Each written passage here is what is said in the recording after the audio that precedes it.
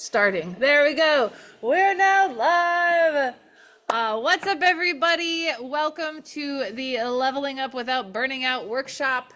If you are someone who is tired of feeling left behind, if you are sick of wondering how other skaters are beating you at every practice, if you're tired of feeling like you're so close to getting better, but you can't quite figure out those last little pieces, maybe you joined Derby to have fun and now you just are feeling frustrated all the time. Well, then don't worry, we have your back. This is exactly what we're here for. So it's going to be a fun day today. So I'm going to share with you a blueprint to level up without burning out. Okay, so I'm going to lay out the exact systems that you have to have in place to level up like never before and to execute them. Now, don't worry, sometimes this stuff can feel a little overwhelming. So if it feels like, oh my gosh, this sounds really great, but like, how am I going to do all this? That's okay. I will also give you some options at the end of like how you can get support for making sure that all of this stuff that you really want to happen happens. So if you are watching the recording right now, please go ahead and just comment with recording in the chat. And then that way I will know who watched the recording and all that stuff. If you are watching live, if you can comment with where you are watching from, that would be great. I see we have a bunch of people jumping on right now. So if you can give us a comment in the chat with where you are. And we're so excited. So I have two amazing humans on here with me. So Mindy Barron and Emma Schmidt, and I am very, very excited to have them joining us today because they have both had such incredible level ups. And I want you guys to really learn from people that are like doing the deal. So if you guys are someone who wants to build agility and strength, get track confidence, get a raise at your job, build self-love for yourself on and off the track, then you are in the right spot right now because we're going to talk about all of this stuff. So if you are ready to dive in to the blueprint, go ahead and type a 1 in the chat right now. Awesome. I see Memphis, Tennessee, Bailey, Aaron's in Louisiana, Rachel's in Arizona, other Rachel in the UK. I love it. Who else we got on? Michelle in Holland. Hi. Erica in California. Oh, what's up? Coach Sin in the house. She says, hell yeah, Emma, Mandy. Ashley in Portland. Hello. Perfect. Ella in Germany. I love it. Awesome. Rosa here in Flagler Beach. Got it. Awesome. Ah, Alexia in France. I love it. We're all over the place. All right. We're going to get this party started. I see the ones flying like crazy. So first things first, I want to introduce you to Mindy and Emma. So Emma and Mindy, if you guys could just share, how long you've been skating, and then one of the most impactful results that you've experienced through using this blueprint on the track, and then also a result that you've had by using this blueprint off the track. Who wants to go first? I can go first. So I've been doing like ACIT, all that stuff for like a year, but I've also been skating for maybe about a year because I started about the same time. And on the track, I went from like not being able to stay on one foot like for even a straightaway to being rostered. Like my balance is insanely out of control. I was the captain for like our like newbie team. So amazing transformation. But then off the track too, it's been incredible. I went from being in my PhD to having now my dream job, which I did never think would happen. So it's been pretty great.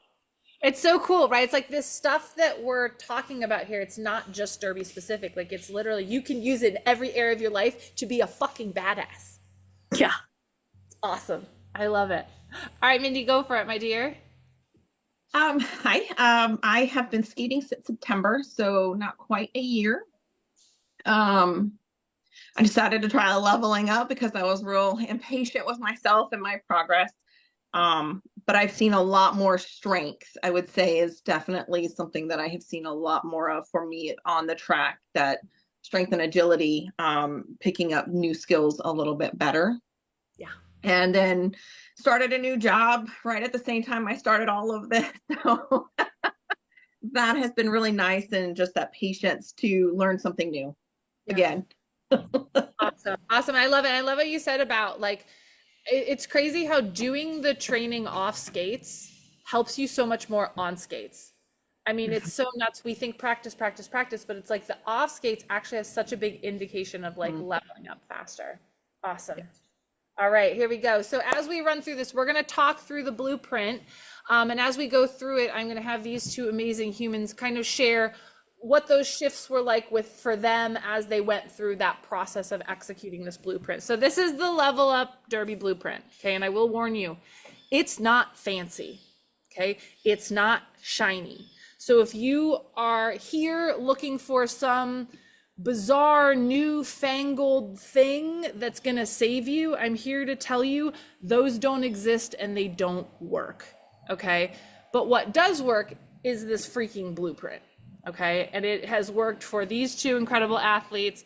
It has worked for over 500 skaters that we have worked with worldwide. It has worked for myself. It has worked for Coach Sin that's on the line. Like, this stuff works. And so I invite you to consider that if you're constantly looking for new fancy things, that might actually be part of your problem, is that you're looking for a shortcut instead of actually just doing the work. Okay. So that brings me to point number one. We have exactly 5 points to go through. Point number one is finding yourself at the point of no return. Okay. The point of no return is the moment of full commitment.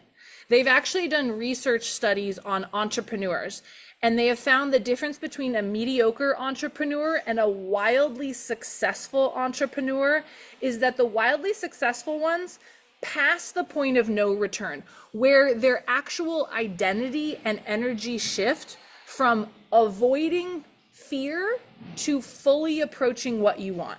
So away from, oh my gosh, I have to like do this because I'm afraid of failure, versus I'm doing this because I'm flying towards my vision of being an incredible athlete, right? And so until you pass this point of no return, it's very, very hard to create a full transformation. And until you do this, you're never going to level up exponentially. It's sometimes, and maybe you two can agree, it's the waffling back and forth of like, should I do it? Should I not do it? Should I go all in? Should I not go all in? I don't know. That's the hardest part, is when we're like waffling between that. And so for you guys, what has that been like for you to really make that commitment? Not a commitment to perfection, but like a commitment to be all in, whether it was your commitment to be all in when you joined Crash Course, whether it was your just commitment of like, maybe before that of like, I'm all in with Derby. What was that shift for you where you hit that point of no return? I think for me, there's been like a couple of them where like consciously it's been a slower shift, but unconsciously I was like 4 weeks in and I was doing everything and like having nightmares because I was like, I don't know, like what if I mess this up and such. But just showing up every day, and that whole, when you're talking about like just committing not necessarily to perfection but like to doing it, I think my mind was like, I don't know, we're gonna do something wrong. But it was the shifting from, well, what if I fail something, and instead of like, no, this is my goal and I'm gonna show up, and if it takes me, you know, a couple more weeks to get there, a couple more months, whatever. I think it's a constant thing, but also now that we've done all of this awesome self-love work, it's always there. Yeah, I love that, right? Because it's a moment to moment. It's leaning into it. It's like, okay, I'm going to do my best. I'm going to do my best. I'm going to do my best. I'm going to do my best. And you get so much farther that way. I love it. What about you, Mindy? What was that like for you? I think it was along the same lines.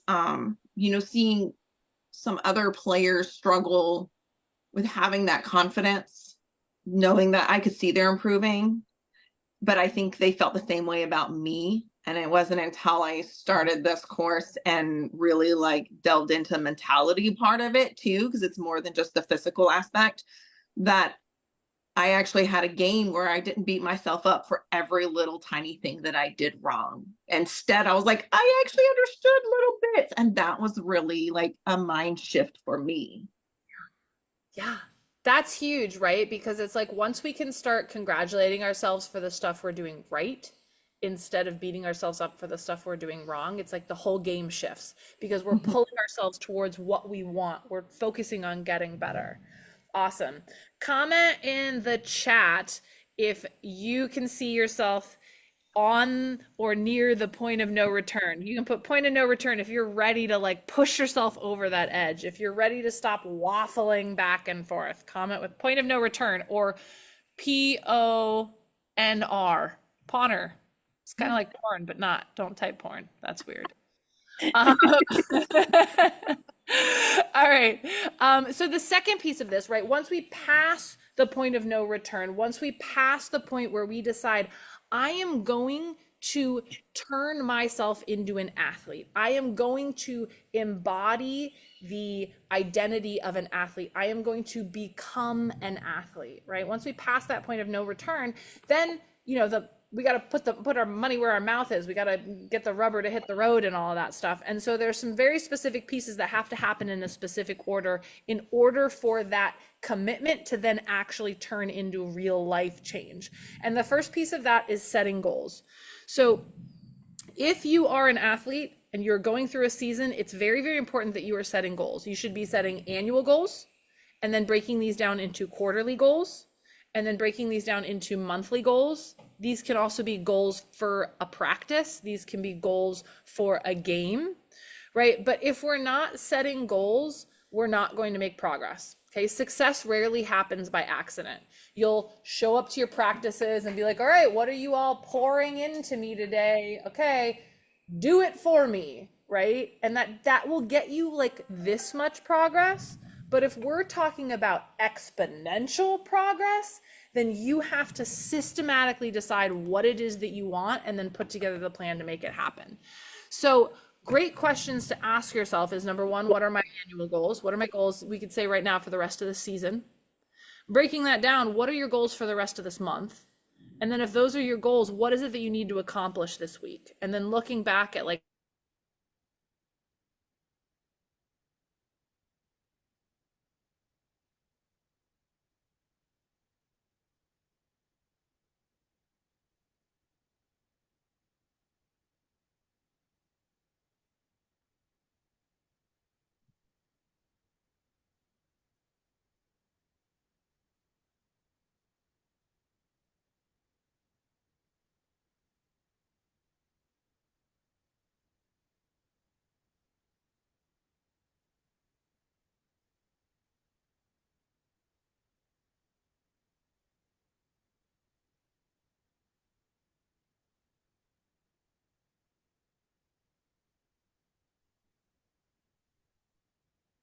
Are you still there too? Did we lose her?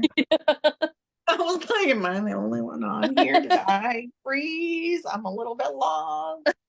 I guess her power went out. So Ah, that oh, sucks. okay. There's a message. Power went out 1 second. Okay. Yeah, I got the same message just now. Oh, it happens. It's okay. It gives us a second to breathe. I'm also glad I'm not the only one on here. Yeah, same. Surprise. there we go. All right, Brisket's iPhone to the rescue. Jungle problems. Power goes out. Let's see. We're still live streaming. Like it's jungle Wi-Fi, y'all. She knows. She's used to me. All right, we made it. Here we go. So what we were talking about. Oh, so we are talking about like stacking these things on top of each other, right? But if you don't set goals, then you're just going to kind of get what you get. And so for you two, what was that like to start systematically setting goals? How did that shift the way that you interacted with yourself day to day? How did you notice that that helped you actually get better faster? What was that like for you, or what did you notice?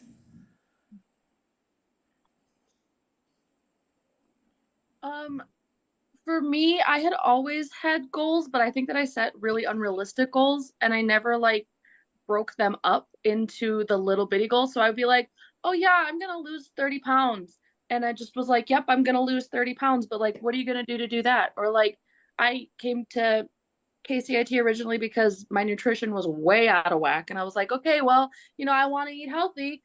Okay, well, like, what does that look like? So it started as like nutrition and fitness, right? And we had, we set goals that were outside of that as well, but it kind of just bled into everything that I do. And so it's been a good way to, one, make sure that I'm getting those little goals in so that I get to my big goals.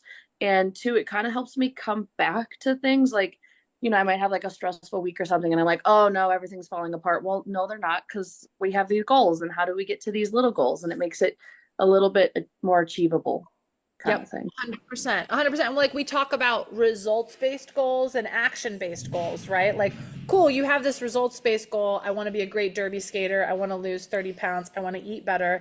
And then it's like, okay, well, what are the little actions that have to happen that are going to reach that goal versus just, well, that's a great goal. I'll just hope it happens. Yep. Awesome. Perfect. What about you, Mindy? I would say it was the same in a lot of respects, that unrealistic, big, huge goal that's so overwhelming that then you don't do anything for it, but hope and pray that, hey, I might do this thing right.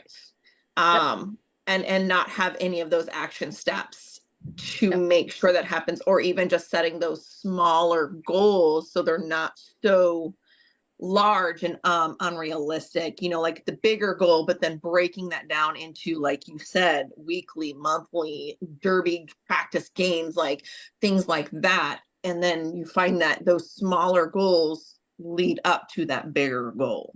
Yes, exactly. It's like all the little Legos that you have to put in place to like castle. You can't just be like, I want the Lego castle. Like you actually have to put all the Legos in place. I have trouble with that. Yeah.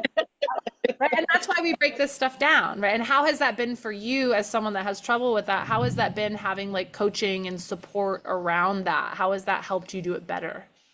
That has actually helped me take that step back and not have that all or nothing, go big or go home attitude, which is very appropriate in some cases, but not with things like this, where I actually have to take that step back and make that smaller and take those baby steps. Yeah. If that makes sense. Yeah, it's like sometimes we think, like when we think in our head, like, okay, I'm going to have a coach, that means my coach is going to push me outside my comfort zone until I break and die. But really, a lot of times what our coaches are doing is we're reeling you back into what's real and into what's not going to burn you out, which in the long run actually has you get results faster. Yes. Yeah, awesome. Sin says, so proud of you, Mindy. That's exactly why you're here in Crash Course, to learn how to take a step and dial back in. I love it. Awesome. So once we've set these goals, and comment in the chat with goals if you can see that maybe you've either been setting too big of goals or that you haven't been setting goals at all. So comment in the chat with goals if you're like, oh, wow, yeah, I'm not even doing like the first fundamental step of this. Okay. Now, the third piece that comes into place, number one is deciding that we're all in. Number two is setting these goals to create a roadmap. And then number three is actually putting this stuff into practice, which starts with your schedule, putting it in your calendar, right? And what that means is developing the habits and routines of an MVP. This is a key piece of what we work on. And this means your morning routines. Do you wake up and your morning routine is no routine? And then your whole day is just winging it? What about your nutrition? Is your routine around nutrition no routine? And you're just like, wow, whatever I can put in my face, right? And same thing with workouts. Are you just Googling random stuff on the internet that you never actually do because it feels overwhelming, or because you never actually put it in your calendar? So all of these things have to be scheduled. We say in Crash Course, what doesn't get scheduled doesn't get done, right? And so for you guys, how has that been, like setting up morning and evening routines? How has it been for you having like scheduled out workouts? What's been the biggest shift for you in terms of nutrition? I know that's like 3 questions at once. I'm sorry. I can remind you if you forget. I feel like for me, I thought that I had a morning and night routine before I started this. And then I was like, oh no, I don't. But now, the morning and night routines, like they keep me accountable again. So like I got up at 5 a.m. this morning and I did my workout, and when my alarm went off at 5 a.m., I was like, I'm really tired because I got a new puppy, but it like keeps you doing what you got to be doing, at least for me. And then it also kind of grounds me. But the cool thing about like doing KCIT and such is I feel like I'm super resilient too. So even when my routines kind of get a little shaken, I can still come back to them. It's not where like prior to KCIT, I'd be like, oh, well, I messed that up, so my routine's done now. We're never doing that again. And then like fitness wise, I definitely was one of those people that was like, I'm gonna do yoga today, so we do yoga today. And then tomorrow I feel like I'm gonna try a pull-up challenge and I can't do a pull-up, but we're gonna do it. And so it has given me a lot of good framework. Also, I was one of those people that was like, well, the more you work out, the better it is for you, and the more weight you're gonna lose faster. And it's really weird because I went from like 3 hours of working out a day to like 20 to 30 minutes, and I lost 20 pounds like that. It's like, oh, okay, I guess I was just supposed to eat right and actually love myself. Yeah. Uh, Oh, cortisol levels. My body's not in like stress, death all the time. maybe I'm not supposed to do all workouts at the same time. Oops. Yeah. This is one of the jokes, right, with Crash Courses that like we kind of give you nothing. Like we take so much away instead of like putting all the stuff in, we're just like taking shit. We're like, no, let's take all of that away. The simple parts. Awesome. What did you notice was a big shift for you in your nutrition? Like what was like sort of fundamental principles that were different for you that made the biggest difference for you? I was given the groundwork, like a framework of what to do, right? Because basically ever since I left my parents' house like over a decade ago, I was just kind of like, well, when I'm hungry, I'll eat, and when I'm not hungry, I won't eat. And I think I'm supposed to eat protein and like a vegetable, but like there's like, okay, well, protein, vegetable, PVC, whatever, you need to eat, this many veggies a day. So even, I meal prep, and that really sets me up for success week to week. But even on like the really chaotic times where again I'm thrown out off my course, I'm still resilient, where I can be like, okay, well, we didn't meal prep for today, but if we get five fruits and veggies in today and we get some protein in with every meal, like we're on track, and then I can just keep going. Yeah. Did you find that it got easier over time? Like in the beginning, sometimes it felt like felt overwhelming, but then over time you found that it like wasn't quite as overwhelming? Yeah, and like I remember the first couple of weeks being like, this is so much food. I don't know how I'm supposed to, like, I was eating regular meals for once. I was like, how do I do all of this? And then it got to the point where I was just like, well, I only want to eat healthy stuff and I want to be on this routine and such. Like I couldn't keep chocolate in the house beforehand. And I was like, yeah, that's fine. I don't really want this because I need my veggies and I need my protein. Makes you feel better. Awesome. Yeah.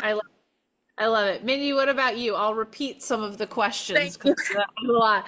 So in terms of scheduling, in terms of putting it into your calendar, in terms of developing habits and routines of a high performer, what were the biggest shifts for you in terms of like your morning and evening routines, in terms of the way you were eating or how you thought about food, in terms of the way that you were working out?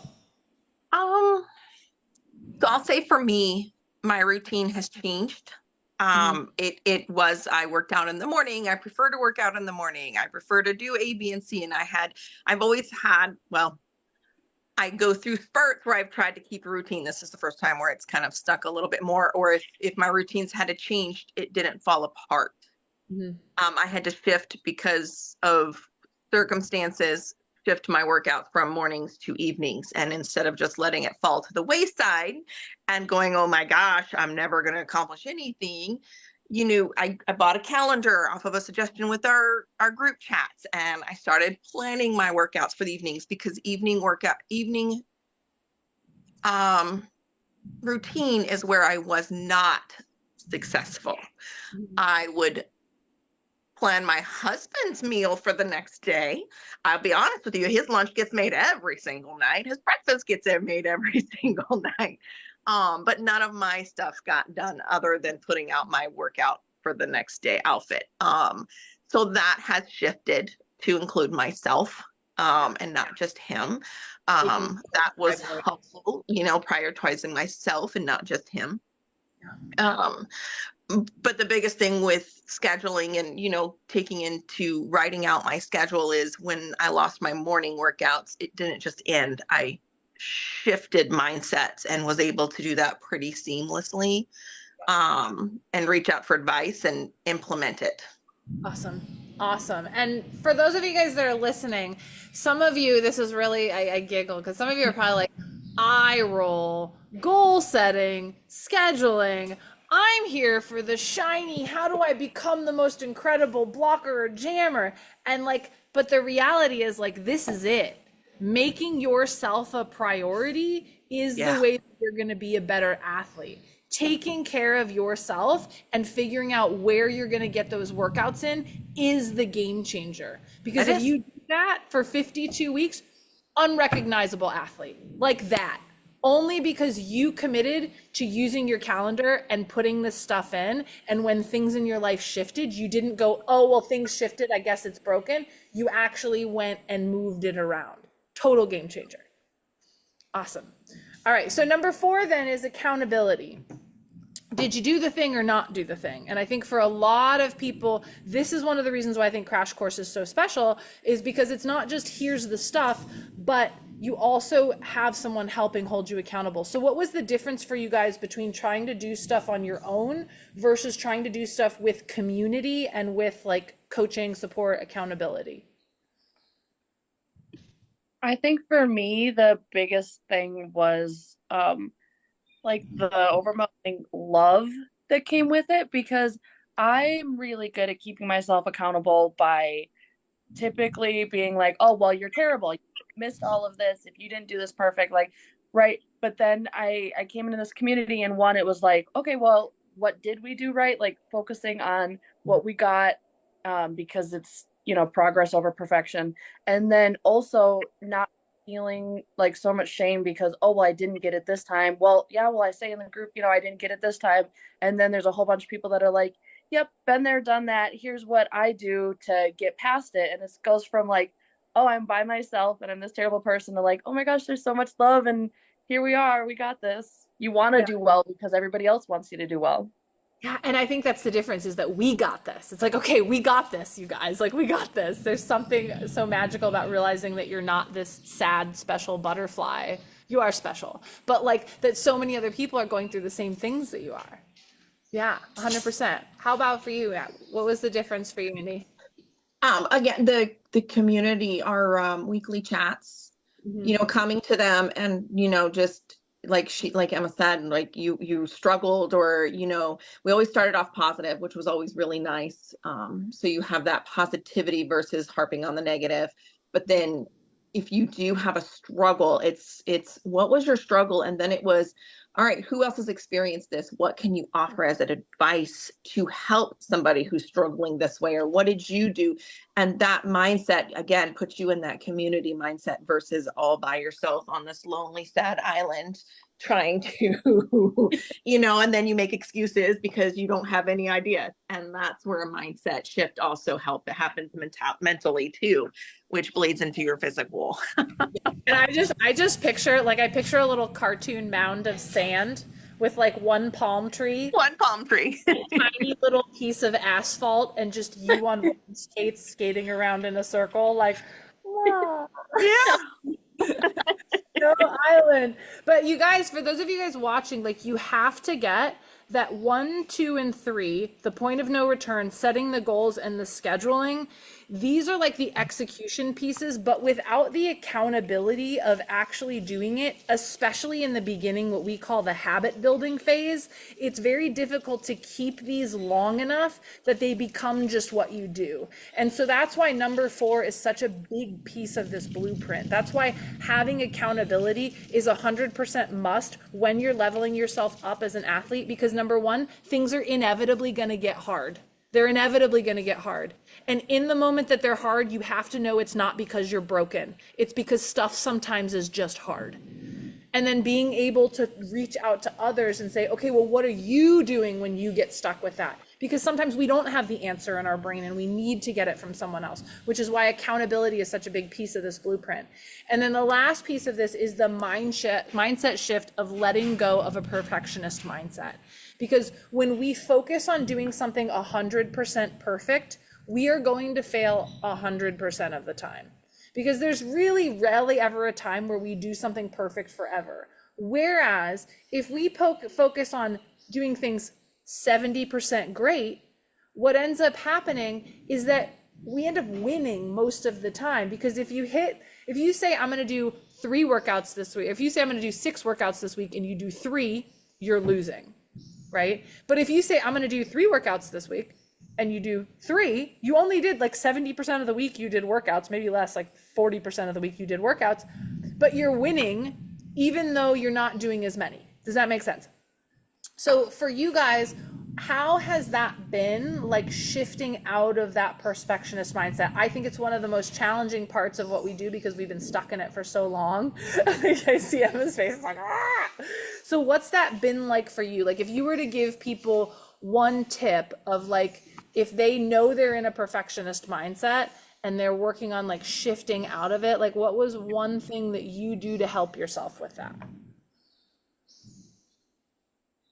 For me, when I'm really struggling with that, I just have to focus. Like, I intentionally spend a lot of time saying, okay, well, what did we do right? Where are we doing well? And also then being like, okay, well, how can we make tomorrow a successful day? Not that tomorrow has to be perfect, but okay, well, I'm upset that I didn't work out today. Well, what got in my way so that I can do it tomorrow? Whatever it might be. But just a lot of positivity, and then also a lot of like reaching out to the group, because then it takes a little pressure off of me, myself, and I. Yep, exactly. Awesome. Cool. Mindy, what about you, my dear? Um, it's not all or nothing. It's all or something has been a huge mindset shift. You know, like if I'm struggling, I injured my knee. And so instead of focusing on what I couldn't do, I had to focus and try to set my sights on what I could do. What workouts can I do that aren't going to impact my knee that hurts when I bend it?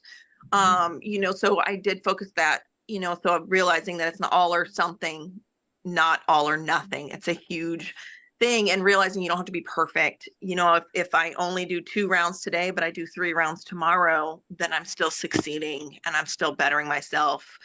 You know, I can alter a workout. If I can't do a full burpee 100%, I can do half of a burpee and I'm still succeeding because I'm still pushing myself.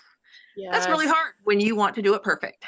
Yeah. Well, and I think a big piece about that too is also, and I think that you guys had this conversation, was like, when you're injured, it doesn't mean everything else goes out the window either. Right? Like, oh, I'm injured and I can't work out, so I'm going to eat like shit and pout and fill my brain with negative crap. Instead, you continued to do all of the things that reduced inflammation, sped healing, kept your mind on point. So even though like the workout piece was minimized, everything else actually got you healed faster. Nutrition is still there whether you're injured or not. Man, right? It's even more important at that point. Awesome. Yes. Awesome. Cool. So as you guys can see, just thank you two for sharing and for being on here. And like, I hope that this is helpful for you guys. Comment in the chat with what's most helpful for you. My chat is not coming up, so I'm going to have to read them after. But as you can see, like the blueprint works, right? If you focus on these things, shifting your identity past the point of no return, setting specific goals, executing them in your calendar, being accountable to doing it, and letting go of being perfect, this blueprint works. It works for roller derby. It works for getting a raise at your job. It works for finding a partner. It works for loving yourself more. It works for everything. So if you're hearing this and you're like, oh my God, this sounds amazing, but I'm never going to make this happen on my own, and maybe you want some help, I will drop a link for a free strategy session for this week. So what we'll do is we'll look at your goals and we'll look at where you're getting stuck, and then we can actually make a game plan on how to exponentially level up your derby game. Okay. So skaters of any skill level are welcome. So whether you're watching this live or the recording, the link is available for you, but please only sign up if you're serious about leveling up your game now. Okay. Those are the people we're looking to work with, is people who are really like, hey, I want to figure out how to make this happen. Those are the people that I want to chat with, of like, I want to level up my game this season. So I'm going to drop a link. It's actually I can't drop it because my chat disappeared. It's in this post. So you'll see it right there. Basically what you'll do is you'll fill out a couple of questions that will help me know your goals. And then afterwards, you'll pick a time for a strategy call. So if you do the call this week, you're actually going to get to do the call with me. Okay. Next week, I will be on vacation with my family, so you'll be doing the strategy call with Coach Pam. So please only sign up. Again, if you're like, put me in, coach, show me how to use this blueprint, show me how to make everything in my life better, show me how to make my derby performance better, show me how to be an unstoppable athlete, then if that's you, let's have a conversation. So you can comment below with that's me, and then go ahead and click that link. And then thank you, you guys. Thank you so much, Emma and Mindy, for joining us. I'm so freaking proud of you guys. Thank you for everyone who's joined us for this incredible live.